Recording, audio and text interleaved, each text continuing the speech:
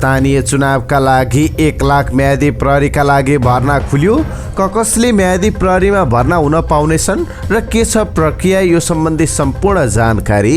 इतिहासमै धेरै अवरोध खेपेको संसद अधिवेशन अन्त्य गर्न सिफारिस, 42 विधेयक अल्पत्र। संसद अधिवेशन अन्त्य भएसँगै के हुन्छ त प्रधान न्यायाधीश विरुद्धको महाभियोग। एमसीसीले बनाउने हाइटेन्सन लाइनबाट अमेरिकी सेना होइन बिजुली आउने गृहमन्त्री बालकृष्ण खाँडको भनाई। रामेछापमा दही चोरेको आरोपमा दलित बालिकालाई 20 घण्टासम्म बाँधेर यातना। केपी ओलीको बोली ढोडको लौरो टेक्ने होइन, एमाले एक्लैले 70% सिट जित्छ। यस्तो छ प्रकाश सपुतको पीर गीतमा केपी ओलीको टिप्पणी। गैंडाकोटमा 1 हप्ता लगाएर पल शाहको बयान सकियो, फेरि तनाउ फर्काइयो। केपी ओलीले आगामी चुनावमा राप्रपा र राजावादीसँग मिलेर चुनाव लड्ने स्वास्थ्य मन्त्री विरोध खतिवडाको जिकिर। राजावादीसँग मिलेर चुनाव लडेनन् भने 2 कान त भन्दिन सुन्नुपर्छ, एउटा कान चाहिँ काटेर फालिदिने उद्घोष। गौतम बुद्ध अन्तर्राष्ट्रिय विमानस्थलमा उडान गर्न 5 वायु सेवा कम्पनी तयार। पोखरा विमानस्थलमा चिनिया ऋण लगानीको पारदर्शितामा गृहमन्त्रीले उठाए प्रश्न। कैलालीमा जातीय विभेद हुने गरी फेसबुकमा लेख्नेलाई 2 महिना कैद सजाय। थप 83 जनामा कोरोना संक्रमण। राष्ट्र बैंक अगाडि उद्योगीको धरना, ब्याज दर घटाउन दबाव। विश्व कीर्तिमान राखेका पूर्व आरोही निर्मल पूर्जालाई बेलायतको इस्टली बरु काउन्सिलद्वारा सम्मान। भारतीय अदालतले भन्यो इस्लाममा हिजाब अनिवार्य छैन। कर्नाटकका विद्यालयमा हिजाब प्रतिबन्ध लगाउने सरकारी निर्णय अदालतद्वारा सदर। युक्रेनलाई दाउमा राखेर सिङ्गल लडाईँ गर्न पुटिनलाई एलन मस्कको चुनौती। र जलवायु परिवर्तनको गम्भीर असर नेपालमा देखिँदै नेपालको तापक्रम निरन्तर बढ्दो क्रममा। सुप्रभात, तपाईको आजको दिन शुभ रहोस्। सदाका दिन जस्तै आज पनि हामी देशभरका महत्त्वपूर्ण खबर लिएर तपाईँ माझ उपस्थित भएका छौँ। तपाईँले हाम्रो भिडियो सामग्री कुन ठाउँबाट हेर्दै हुनुहुन्छ, तपाईँको आफ्नो ठाउँको नाम तलको कमेन्ट बक्समा लेखिदिनुहोला। आजको समाचार सुरुवात गरौँ म्यादी प्रहरीका लागि भर्ना खुलेको प्रसङ्गबाट। नेपाल प्रहरीले 1 लाख म्यादी प्रहरीका लागि भर्ना खुलाएको छ। चैत 6 गतेदेखि 11 गतेसम्म दरखास्त दिन भन्दै प्रहरी प्रधान कार्यालय नक्सालले सूचना जारी गरेको छ। दरखास्त फारम सम्पूर्ण जिल्ला प्रहरी कार्यालयमा भर्न पाइनेछ। म्यादी प्रहरीमा 18 वर्ष पुरा भई 54 वर्ष ननागेका व्यक्तिले दरखास्त दिन पाउनेछन्। म्यादी प्रहरीमा भर्ना हुनका लागि नेपाली नागरिक हुनुपर्नेछ, फौजदारी अभियोग नलागेको हुनुपर्नेछ, कुनै राजनीतिक दलको सदस्य हुनु हुँदैन, शारीरिक र मानसिक रूपले तन्दुरुस्त हुनुपर्ने लगायतका मापदण्ड राखिएको छ। म्यादी प्रहरी भर्नाका लागि नेपाली सेना, नेपाल प्रहरी र सशस्त्र प्रहरी बलका पूर्व सुरक्षाकर्मीलाई प्राथमिकता दिइने सूचनामा भनिएको छ। 2078 साउन 1 गतेदेखि आवेदन दिएर शारीरिक तन्दुरुस्ती र स्वास्थ्य परीक्षणमा उत्तीर्ण भएकाले पनि प्राथमिकता पाउनेछन्। नेपाल बाहिरका सुरक्षा निकायमा काम गरेका र विगतका निर्वाचनमा म्यादी प्रहरीको रूपमा काम गरेकाले पनि प्राथमिकता पाउने भनिएको छ। म्यादी प्रहरी सम्बन्धी अन्तिम नतिजा 22 चैतमा प्रकाशित हुनेछ भने उनीहरूको सेवा अवधि 40 दिने हुनेछ। प्रहरी प्रधान कार्यालय नक्सालको मानव स्रोत तथा प्रशासन विभागका अनुसार प्रहरी जवान सरहको तलब आधारभूत तलब महिनाको 22,680 रुपियाँले 30,240 रुपियाँ दिइने भनिएको छ। उनीहरूलाई खाद्यान्न बापत एकमुष्ट 7,200 रुपियाँ र पोसाक र अन्य सामग्री खरिदका लागि प्रति व्यक्ति 6,000 रुपियाँका दरले थप रकम उपलब्ध गराइने भनिएको छ। निर्वाचनमा खटिने कर्मचारीका लागि तयारी स्वरूप खटाइएको ठाउँमा आउन जान थप 1,000 रुपियाँ उपलब्ध गराइने पनि भनिएको छ। नेपालको 2 दिने भ्रमण गरी फर्किनु भएका साउदी अरबका राजकुमार तथा विदेश मन्त्री फैसल बिन फरहान अल साउदले मङ्गलबार प्रधानमन्त्री शेरबहादुर देउवासँग भेटघाट गर्नुभएको छ। सोमबार श्रीलङ्काबाट नेपाल आइपुग्नु भएका साउदी राजकुमार फैसल र प्रधानमन्त्री देउवाबीच मङ्गलबार बालुवाटारमा शिष्टाचार भेटवार्ता भएको परराष्ट्र मन्त्रालयले जनाएको छ। भेटमा आपसी सहकार्य र द्विपक्षीय सम्बन्धलाई थप सुदृढ बनाउने विषयमा कुराकानी भएको मन्त्रालयले जनाएको छ। यसअघि परराष्ट्र मन्त्री नारायण खड्का र साउदी विदेश मन्त्री समेत रहनुभएका राजकुमार फैसल बीच परराष्ट्र मन्त्रालयमा पारस्परिक सहयोग अभिवृद्धि गर्ने सम्बन्धी सम्झौता पत्रमा हस्ताक्षर भएको थियो। सरकारले संसद अधिवेशन अन्त्यका लागि राष्ट्रपति विद्यादेवी भण्डारी समक्ष सिफारिस गरेको छ। हिजो बसेको मन्त्री परिषद बैठकले हिजो राति 12 बजेदेखि हिउँदे अधिवेशन अन्त्य गर्न राष्ट्रपति विद्यादेवी भण्डारीलाई सिफारिस गरेको सञ्चार तथा सूचना प्रविधि मन्त्री ज्ञानेन्द्र बहादुर कार्कीले जानकारी दिनुभयो। गत 23 भदौबाट सुरु भएको संसदको हिउँदे अधिवेशनले इतिहासमै सबैभन्दा बढी अवरोध खेप्नु पर्यो। कुल 178 दिन बसेको बैठकमा प्रमुख प्रतिपक्ष नेकपा एमाले नेपालको संसदीय इतिहासमा यति लामो समयसम्म संसद अवरोध गरेको हो, जसका कारण विभिन्न विधेयकहरू प्रभावित भएका छन्। संसद सचिवालयका अनुसार 42 वटा विधेयकहरू अल्पत्र छन्, जसमा नागरिकता, एसिड जस्ता महत्त्वपूर्ण विधेयकहरू समावेश छन्। यससँगै हालै संसदमा पेश गरिएको प्रधान न्यायाधीश विरुद्धको महाभियोग प्रस्ताव पनि लम्बिने भएको छ। तर धेरै विवादित बनेको अमेरिकी सहायता परियोजना एमसीसी भने संसदबाट अनुमोदन भएको थियो। एमाले माधव नेपाल सहित 14 जना सांसदको पद र सभामुख सापकोटाको राजीनामा माग गर्दै संसद अवरोध गर्दै आएको छ। सत्ता गठबन्धनका नेताहरूले 2 पटकसम्म संसद विघटन गरेको एमाले असंवैधानिक तरिकाले संसद अवरोध गर्दै आएको आरोप लगाउँदै आएका छन्। देशको नीति बन्नुपर्ने सर्वोच्च निकाय लामो समयसम्म अवरुद्ध रह्यो, तर जनताको पसिना र छाक काटेर तिरिएको कर भने लिन छाडिएन। संसद अवरुद्ध रहे पनि संसदमा उपस्थित भएर हाजिर गर्दै सांसदहरू घर फर्किएका थिए। राज्य कोषको ठूलो रकम संसद भत्ता र बैठक भत्ता अन्तर्गत खर्च भएको छ। तर लामो समयसम्म संसद अवरुद्ध भई कुनै पनि कानुनहरू नबन्दा आम मानिसहरूमा आक्रोश पैदा भएको छ। हिजोबाट अन्त्य भएको संसद अधिवेशनमा भएका काम कारबाही र राज्य कोषबाट खर्च भएको तलब भत्ता सहित सम्पूर्ण रकमको जानकारी भोलिको अङ्कमा प्रस्तुत गर्नेछौँ। प्रधान न्यायाधीश चोलेन्द्र शमशेर जबरा विरुद्धको महाभियोग प्रस्ताव गत फागुन 19 गतेको संसद बैठकमा टेबल भयो। तर टेबल भएको 3 दिनमै सरकारले संसद अधिवेशन अन्त्य गर्न राष्ट्रपति विद्यादेवी भण्डारीलाई सिफारिस गरेको छ। यो सँगै जबरा विरुद्धको महाभियोग प्रस्ताव लम्बिने भएको छ। संसदले प्रधान न्यायाधीश जबरा विरुद्ध महाभियोग सिफारिस समिति गठन गरेको थियो। चैत 2 गतेका लागि डाकिएको बैठकमा महाभियोग प्रस्तावबारे छलफल हुने समेत बताइएको थियो। यस्तो अवस्थामा महाभियोग के हुन्छ त? अधिवक्ता रामनारायण बिडारले संसद अन्त्य भए पनि सिफारिस समितिले नियमित काम गर्ने बताउनुभयो। वर्षीय अधिवेशन आएपछि समितिको निष्कर्ष संसदमा पेश हुन्छ। अहिलेको अधिवेशनले बनाएको समितिले काम गर्दै जान्छ। महाभियोग प्रस्तावमा जबराले संविधानको पवित्र उद्देश्य भताभुङ्ग पारेको भनिएको छ।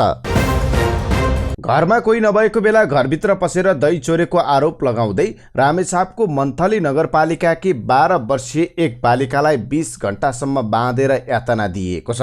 मन्थली नगरपालिका 6 चिउरी पानी स्थित 36 वर्षीय शेरबहादुर श्रेष्ठको घरभित्र पसेर चोरी गरेको भन्दै ती दलित बालिकालाई श्रेष्ठले कुटपिट र यातना दिएका हुन्। श्रेष्ठ सहित परिवारका सदस्यले ती बालिकालाई दही चोरेको भन्दै हात पछाडि बाँधेर मङ्गलबार मध्याह्नसम्म राखेका थिए। घटनाबारे जानकारी पाएपछि स्थानीय वडाध्यक्ष गोपाल माझीले जिल्ला प्रहरीमा खबर गरेका थिए। दही चोरेको आरोपसँगै दलित बालिका श्रेष्ठको घरभित्र पसेको हुँदा अशुद्ध भएको भन्दै श्रेष्ठले बालिकालाई कुटेका थिए। साथै उनले रुद्री लगाउने खर्च नदिएसम्म नछाड्ने भन्दै घण्टौँसम्म हात पछाडि थाममा बाँधेर राखेका थिए। स्थानीयका अनुसार ती दलित बालिकाले शेरबहादुर श्रेष्ठको घरमा पसेर सोमबार मध्याह्नतिर दही चोरेर खाएकी थिइन्। श्रेष्ठ वस्तु चराउन गएको मौका पारेर उनको घरमा पसेकी भनिएकी ती बालिका चाउचाउ, दालमोट र नरिवल हातमा लिएर निस्कँदै गर्दा श्रेष्ठले फेला पारेका थिए। जिल्ला प्रहरी कार्यालय रामेछापका प्रहरी नायब उपरीक्षक राजकुमार थिङका अनुसार बालिका बाँधिएको हल्ला हुन थालेपछि श्रेष्ठले प्रहरी पुग्नु अघि नै डोरी खोलिदिएका थिए। आमा अन्यन्त्र गएको र भाइ सानो भएकाले दलित परिवारका सदस्यले उक्त घटनाबारे थाहा पाएनन् र बाहिर पनि हल्ला फैलन पाएको थिएन। बाँधिएकी दिदीसँगै पीडित बालिकाका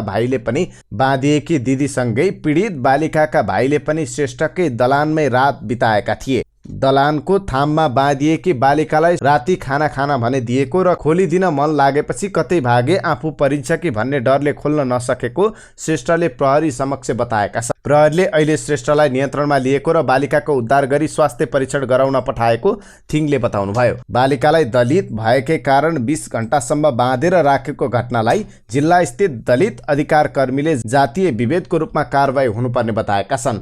www.ekantipur.com बाट यो खबर लिएका छौं।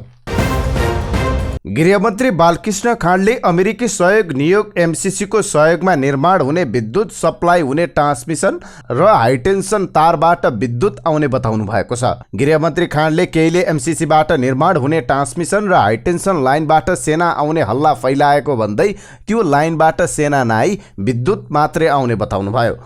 विश्व उपभोक्ता अधिकार दिवसको अवसरमा मंगलबार काठमाडौँ महानगरपालिका र वाणिज्य आपूर्ति तथा उपभोक्ता संरक्षण विभागले आयोजना गरेको कार्यक्रममा गृहमन्त्री खाँडले एमसिसीको सहयोगमा निर्माण हुने बिजुलीको तारबाट विद्युत आउँछ, अमेरिकी सेना होइन।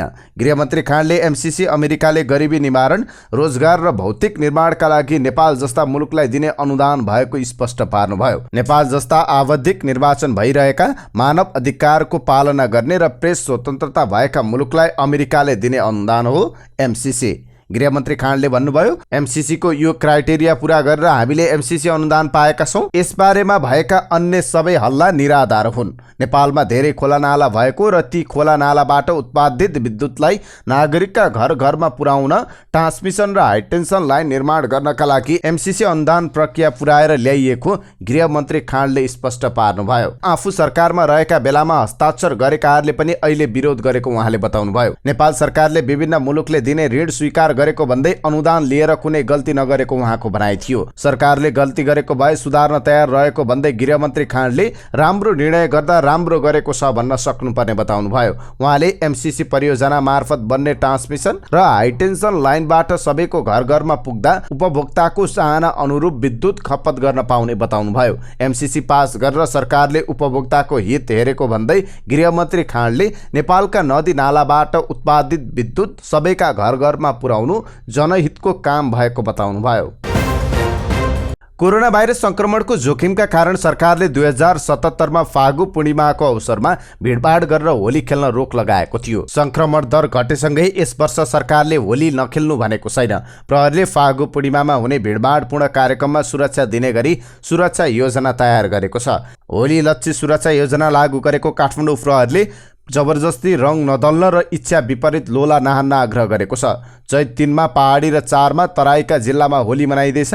होलीमा जबरजस्ती लोला हान्ने कामलाई रोक्न प्रहरीले माइकिङ सुरु गरेको छ। महानगरीय प्रहरी परिसर काठमाडौँले होलीमा 1500 प्रहरी परिचालन गर्ने सुरक्षा योजना बनाएको छ। चिन्जार नभएका र काम विशेषले हिँडेका मानिसलाई जबरजस्ती लोला हान्ने र रङ दल्ने गरेको भेटिए पक्राउ गरेर मुद्दा चलाउने परिसर काठमाडौँका एसपी दिनेश राज मैनालले जानकारी दिनुभयो। इच्छा नहुनेलाई लोला हान्ने र अबिर दलेको भेटिएमा कानुन बमोजिम नियन्त्रणमा लिनेछौं। होलीको नाममा जबरजस्ती लोला हान्नेलाई अभद्र व्यवहार सम्बन्धी कसुरमा मुद्दा चलाउने अधिकार प्रहरीलाई छ। यो मुद्दामा 1 वर्ष कैद र 10,000 सम्म जरिवाना हुने कानुनी व्यवस्था छ।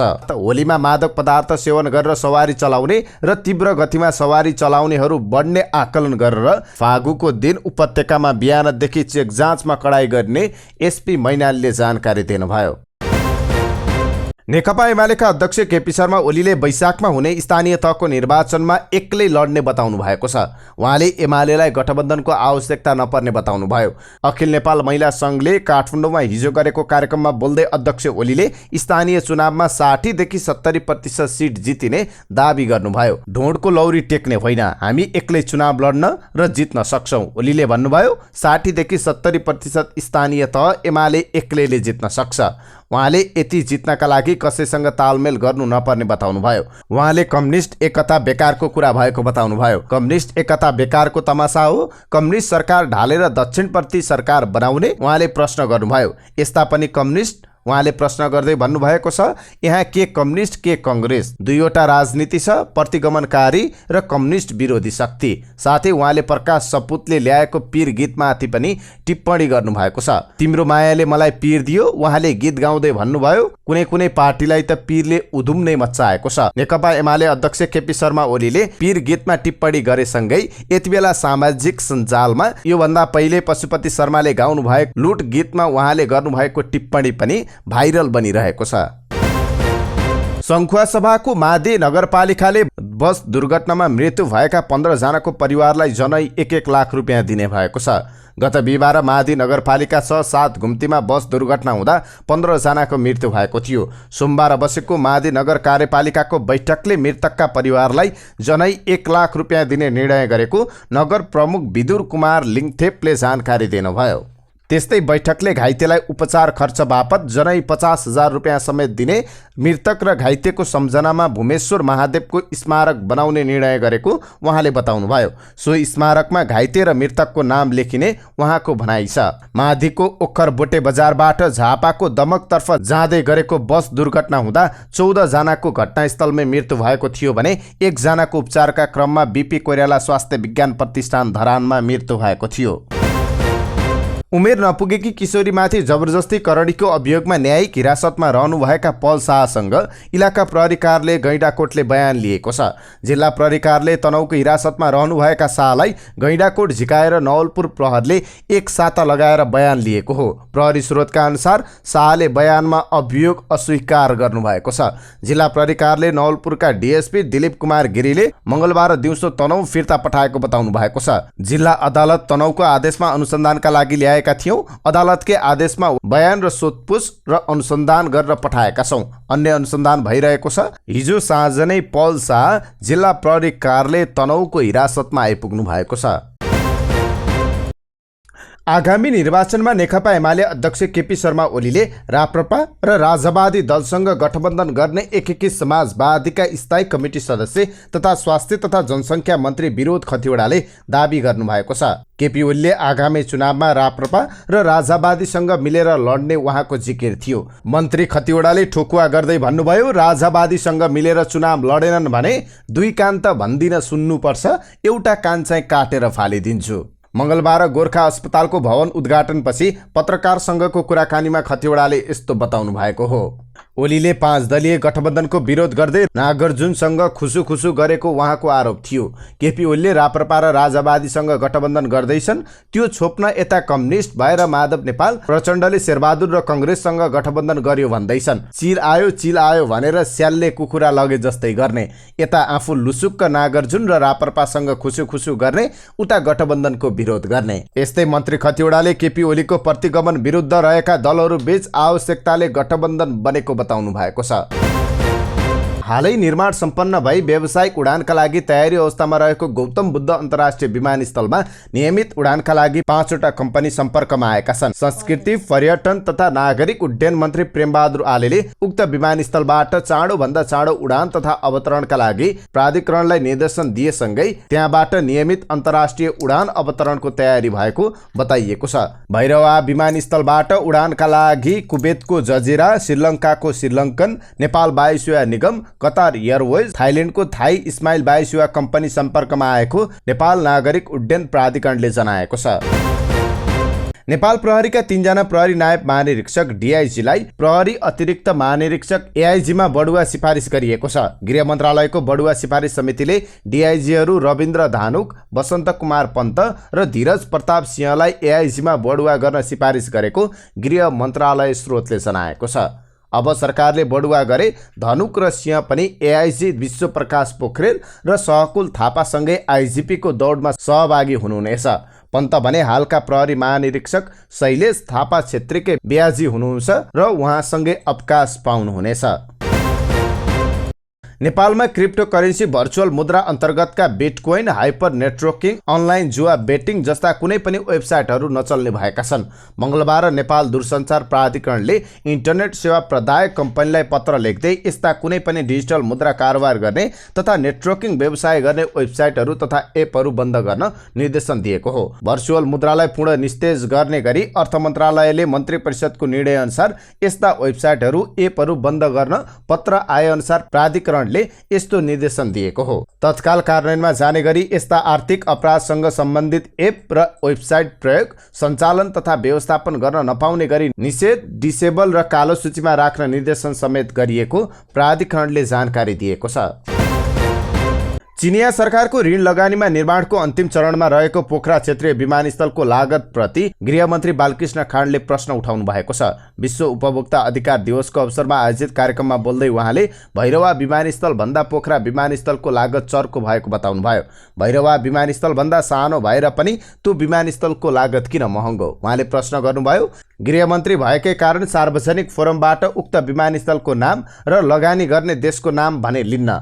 मुलुकको विकास आयोजनामा हुने लगानीबारे बहस हुनुपर्ने भन्दै भैरवा र पोखरामा कम पूर्वाधारमा धेरै लगानी भएको बताउनुभयो। नेपाल सरकार र एसियाली विकास बैंकको लगानीमा भैरवा विमानस्थलको मूल्य 3000 मिटर धावन मार्गको मुआब्जा बाहेक लागत 7 अर्ब, तर जुन विमानस्थलको धावन मार्ग 2500 मिटर मात्रै छ त्यसको लागत 21 अर्ब किन? गृहमन्त्री खाँडको प्रश्न थियो। उच्च अदालत दिपायलले कैलालीको धनगढी उपमहानगरपालिकाका प्रमुख निप बहादुर ओडलाई जातीय विभेद हुने गरी सामाजिक सञ्जालमा लेख्ने एक व्यक्तिलाई 2 महिना कैद सजाय र 20,000 जरिवाना सुनाएको छ। कैलाली बोराडाँडीका ओमप्रकाश पाण्डेले सामाजिक सञ्जाल मार्फत जातीय विभेद हुने गरी अभिव्यक्ति दिएको भन्दै उनलाई उच्च अदालतले 2 महिना कैद र 20,000 जरिवाना हुने गरी सजाय सुनाएको हो। उच्च अदालत दिपायलका कायम मुकायम मुख्य न्यायाधीश टेक नारायण कुँवर र न्यायाधीश सागर विष्टको संयुक्त इजलासले प्रतिवादीले अदालत समक्ष गल्ती महसुस गरेको अवस्थालाई ध्यान दिँदै न्यूनतम सजाय गर्दै न्यायको मकसद पूरा हुने हुँदा उक्त सजाय गरेको उच्च अदालत दिपायल राजपुरका सूचना अधिकारी नरबहादुर नेगीले जानकारी दिनुभयो। बढ्दो बलात्कारका घटनाप्रति चिन्ता व्यक्त गर्दै महिला अधिकार कर्मीले प्रदर्शन गरेका छन्। राजधानीको माइती घरमा अधिकार कर्मीहरूले बलात्कारीहरूलाई कडा कारबाही हुनुपर्ने भन्दै प्रदर्शन गरेका हुन्। बलात्कारका विरुद्धमा उभिने राजनीतिक पार्टीलाई मात्रै भोट दिन्छौं भन्ने सन्देश बोकेका प्लेकार्ड बोकेका महिलाहरूले बलात्कार गर्नेहरू खुल्लम खुल्ला हिँड्ने, महिला चाहिँ लुकेर बस्ने भन्दै प्रश्न गरेका छन्। उनीहरूले बलात्कार विरुद्धमा उभिने पार्टीलाई मात्र भोट दिन्छौं, बलात्कार तिमीहरू गर्ने, लुकेर हामी बस्नुपर्ने, तिमीहरू खुल्लम खुल्ला हामी भित्रभित्रै छोरी चेलीको रक्षा गर्न नारी शक्ति एक हौं, कपाल काट्ने, मेकअप गर्ने, छोटो लगाउने हाम्रो गल्ती होइन, तिम्रो मानसिकता गलत हो। बलात्कार विरुद्धको शिक्षा विद्यालयबाट सुरु गर। पछिल्लो 24 घण्टामा थप 83 जनामा कोरोना संक्रमण देखिएको छ। स्वास्थ्य तथा जनसङ्ख्या मन्त्रालयका अनुसार हिजो देशभर थप 83 जना नयाँ संक्रमित थपिएका हुन्। त्यस्तै 130 जना कोरोना संक्रमण मुक्त भएका छन्। बैंकमा जम्मा गरेको संस्थागत निक्षेपमा बढीमा 6% ब्याज दरको माग गर्दै मोरङ व्यापार सङ्घले चरणबद्ध आन्दोलन थालेको छ। नागरिक लगानी कोष, सञ्चय कोष, नेपाल टेलिकम, सामाजिक सुरक्षा कोष लगायतले बैंकमा जम्मा गरेको संस्थागत निक्षेपलाई राज्यको सम्पत्ति मान्नुपर्ने र बढीमा 6% ब्याज दरमा लगानी गर्नुपर्ने उनीहरूको माग छ। सोही माग गर्दै हिजो मोरङ व्यापार सङ्घका पदाधिकारी र सदस्यहरूले नेपाल राष्ट्र बैंक विराटनगर स्थित कार्यालय अगाडि धरना बसेका छन्। उनीहरूले सोमबार जिल्ला प्रशासन कार्यालय मोरङ मार्फत सरकारलाई ज्ञापन पत्र बुझाएका थिए। स्वदेशी उद्योग प्रवर्धन गर्नुपर्ने, लगानीको वातावरण तयार गर्नुपर्ने, बैंक ब्याज दर घटाउनु पर्ने उनीहरूको माग थियो। बैंकहरूले संस्थागत निक्षेपमा 10% सम्म ब्याज दिन थालेपछि कर्जाको ब्याज दर अधिकतम वृद्धि हुने भन्दै व्यवसायीले त्यसको विरोध गरेका हुन्। बेलायतको इस्टर्ली बरो काउन्सिलले सम्मान प्रदान गरेको छ। काउन्सिल भवनमा आयोजित एक समारोहका बीच इस्टायली मेयर काउन्सिलर सान्थिया गार्टुनले पुर्जालाई फ्रिडम अफ द ब्रोर उपाधि प्रदान गरेकी हुन्। उक्त सम्मान काउन्सिलले दिने सबैभन्दा उच्च सम्मान हो। सन् 1946 मा इस्टर्ली ब्रो बने यता उक्त सम्मान पाउने पुर्जा 17औं व्यक्ति हुन्। सम्मान प्रदान गर्दै मेयर सान्थियाले निर्मल पुर्जा विश्वकै गर्व गर्न लायक एक धरोहर भएको बताउँदै उनलाई बधाई दिएकी छन्। सम्मान प्रदान गरेकोमा निर्मल पुर्जाले काउन्सिल प्रति आभार व्यक्त गरेका छन्। भारतको कर्नाटक उच्च अदालतले विद्यालयमा हिजाब लगाउने मामिलामा परेको मुद्दामा महत्त्वपूर्ण फैसला सुनाएको छ। अदालतले राज्यको उडुपी जिल्ला स्थित 2वटा सरकारी कलेज प्रशासनको विद्यार्थीलाई हिजाब लगाउन रोक्ने निर्णय विरुद्ध दायर गरेको मुद्दा पनि खारेज गरिदिएको छ।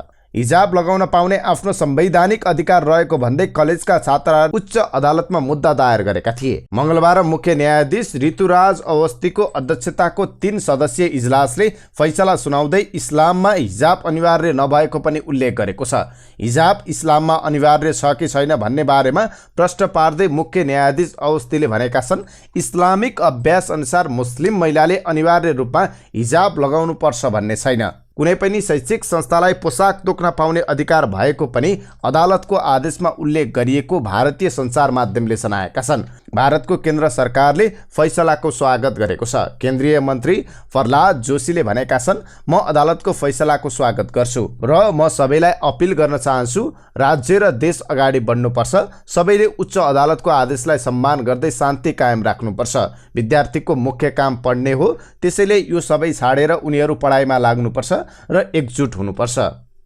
हिजाब प्रतिबन्ध विरुद्ध दर्ता गरिएको मुद्दा खारेज गर्ने कर्नाटक उच्च न्यायालयको निर्णयमा उजुरीकर्ता छात्राले असहमति जनाएका छन्। यसको विषयमा उनीहरूले पत्रकार सम्मेलनको आयोजना गरेका छन्। ती विद्यार्थीले आफ्नो धर्ममा हिजाब एक आवश्यक हिस्सा भएको बताउँदै उक्त निर्णयसँग आफूहरू सहमत नभएको बताएका छन्। उनीहरूले हिजाब लगाउने अनुमति नपाएसम्म कलेज नै नजाने घोषणा गरेका छन्। उच्च अदालतको निर्णयमाथि असहमति जनाउँदै आफूहरूलाई आफ्नो मूलभूत अधिकारबाट वञ्चित गरिएको पनि बताएका छन्। टेस्ला कम्पनीका मालिक एलन मस्कले युक्रेन रुस युद्ध सम्बन्धी गरेको ट्विट चर्चामा आएको छ। आफ्ना 7 करोड 77 लाख फलोअरसँग उनले रुसी राष्ट्रपति भ्लादिमिर पुटिनलाई सिङ्गल लडाईँ गर्न चुनौती दिएका छन्। उनले सो ट्विट रुसी भाषामा लेखेका छन् र युक्रेनलाई दाउमा राख्ने समेत उल्लेख गरेका छन्। यसपछिको अर्को ट्विटमा उनले पुटिनलाई तपाईँ सहमत हुनुहुन्छ भनेर प्रश्न गरेका छन्। उक्त ट्विटपछि रुसको आधिकारिक स्पेस एजेन्सी रोसकोसमोसका प्रमुखले कडा जवाब दिँदै मस्कलाई रुसका एक अर्थोडक्स पुजारीसँग तुलना गरेका छन्। युक्रेनका उपप्रधानमन्त्री माइकोलो फर्डोभले पनि उनलाई जवाब दिँदै पक्कै पनि एलन मस्कले पुटिनलाई जुपिटर ग्रहसम्म पुर्याउन सक्छन् भनेर लेखेका छन्।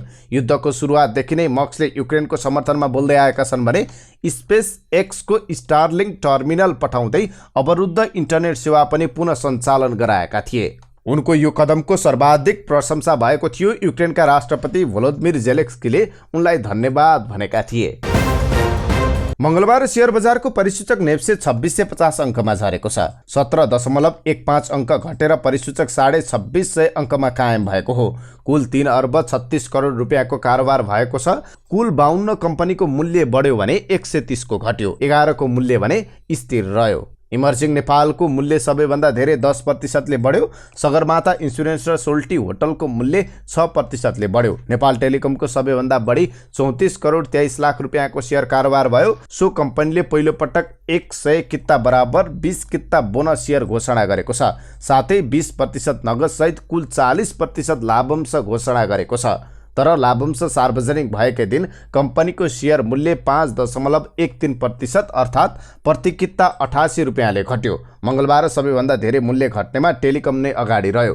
पहिले नै सूचना थाहा पाएर मूल्य बढेकाले बोनस शेयर घोषणा भएको दिन बेच्ने शेयर संख्या धेरै हुँदा कम्पनीको मूल्यमा गिरावट आएको अनुमान छ। कारोबार रकमका आधारमा टेलिकम पछि अपी पावर, पुनर्बिमा कम्पनी र शिवम सिमेन्ट क्रमशः अगाडि रहे। नेपालमा पछिल्लो दिनमा तापक्रम बढ्दो क्रममा रहेकाले सजग हुन विज्ञहरूले सुझाएका छन्। सोमबारसम्म मौसम विज्ञान विभागको रेकर्ड अनुसार 39 वटा केन्द्रमा 30 देखि 35 डिग्री तापक्रम रेकर्ड भएको तथा एक केन्द्रमा भने 40 डिग्री तापक्रम रेकर्ड भएको उल्लेख गर्दै जलवायु विज्ञ डाक्टर धर्मराज उप्रेतीले केही दिन तापक्रम वृद्धि भएर निरन्तर बढ्न सक्ने बताउनु भएको छ। जलवायु विज्ञ डाक्टर उप्रेतीले तराईमा 40 डिग्री वा सोभन्दा बढी तापक्रम पुग्यो भने र पहाडमा 30 डिग्री भन्दा माथि तापक्रम पुगेको अवस्थामा तातो हावा आउने उल्लेख गर्नुभयो। जलवायु विज्ञ उप्रेतीले पछिल्लो समय नेपालमा तापक्रम वृद्धि भइरहेको बताउनुभयो। नेपालमा केही दिन यसको सम्भावना भएकाले सतर्क रहनुपर्नेमा उहाँले जोड दिनुभयो। कम पानी पर्ने हुँदा प्रदूषण बढ्ने र ठूलो बेगको हावा चल्दा भौतिक संरचनामा क्षति पुग्न सक्ने उहाँले बताउनुभयो। उहाँले भन्नुभयो, यति बेला हामी सचेत रहनुपर्ने हुन्छ।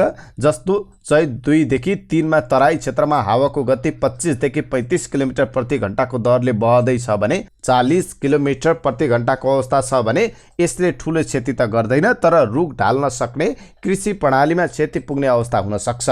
उहाँले यस्तो अवस्थामा सर्वसाधारणलाई पूर्व सूचना दिनु आवश्यक रहेको बताउनुभयो।